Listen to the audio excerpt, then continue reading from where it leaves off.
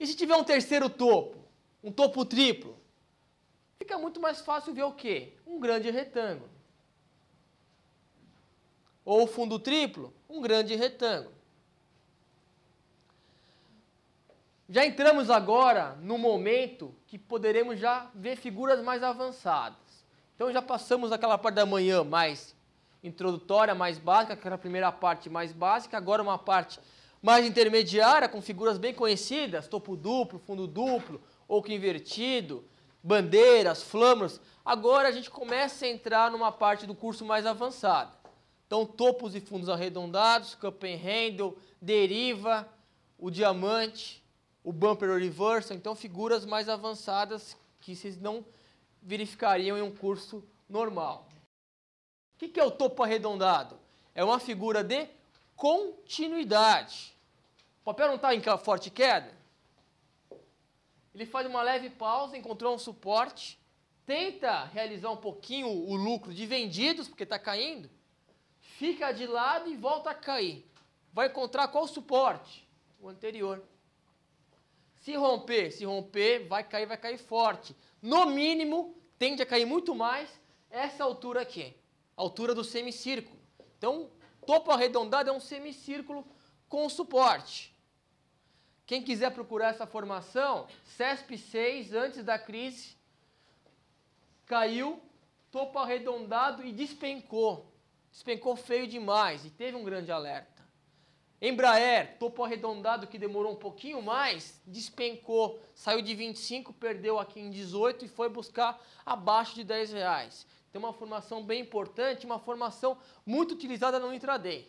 Então, ao colocar um candle intraday, a gente vai ver bastante essa formação durante o horário do almoço.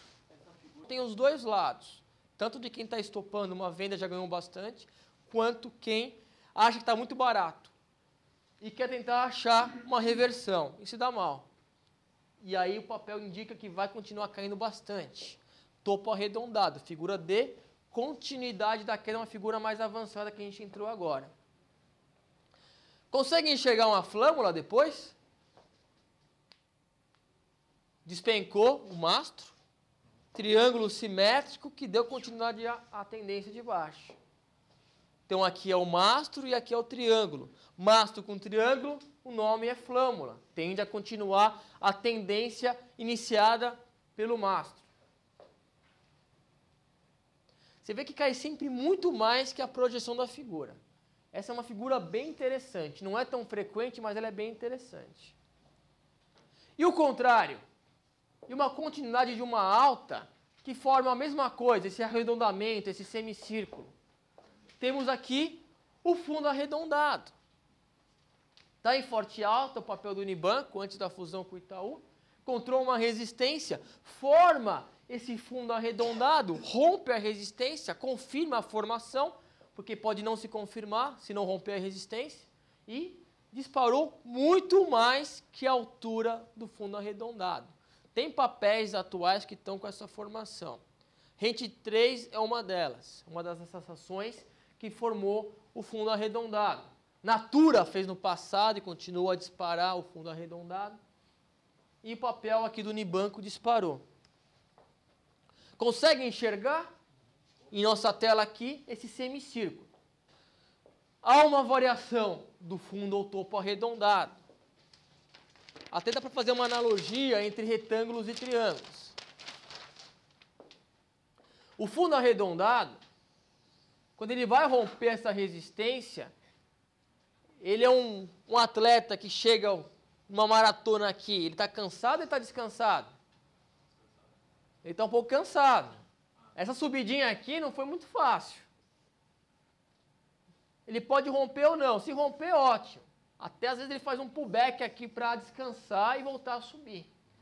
Agora, muitas vezes ele está cansado, encontrou a resistência, o que ele pode fazer? Não romper. Ele não rompe.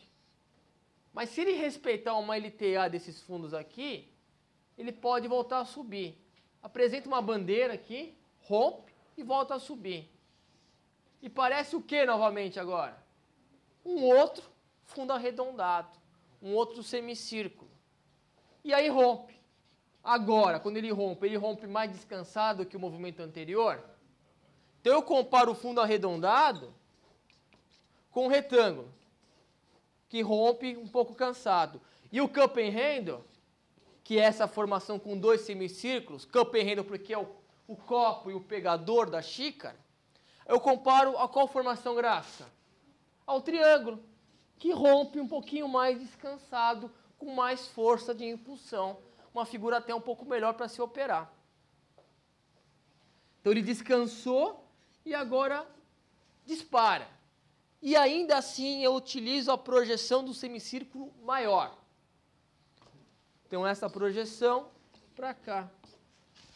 Olhando aqui no gráfico da Lojas Renner, resistência, não rompeu, bandeira, rompeu, e aqui é o outro fundo arredondado, e disparou, respeitando uma LTA iniciada aqui no fundo do semicírculo maior. Aqui em Sadia, bela resistência, né? Fundo arredondado, chegou cansado e encontrou aquela antiga resistência, que foi o quê? Um topo duplo. Ao confirmar, primeiro objetivo é aqui. Segurou, perdeu. Qual que é o outro objetivo? Aqui embaixo. Segurou. Fundo arredondado, cansado, realizou em forma de bandeira, respeitou uma LTA aqui de baixo, rompeu para cima e rompeu a resistência. Qual que é o objetivo? Semicírculo maior. Deu uma boa operação aqui no gráfico da Sadia. Está bem técnica aqui essa formação. Nada mais é que o arredondamento que não conseguiu romper.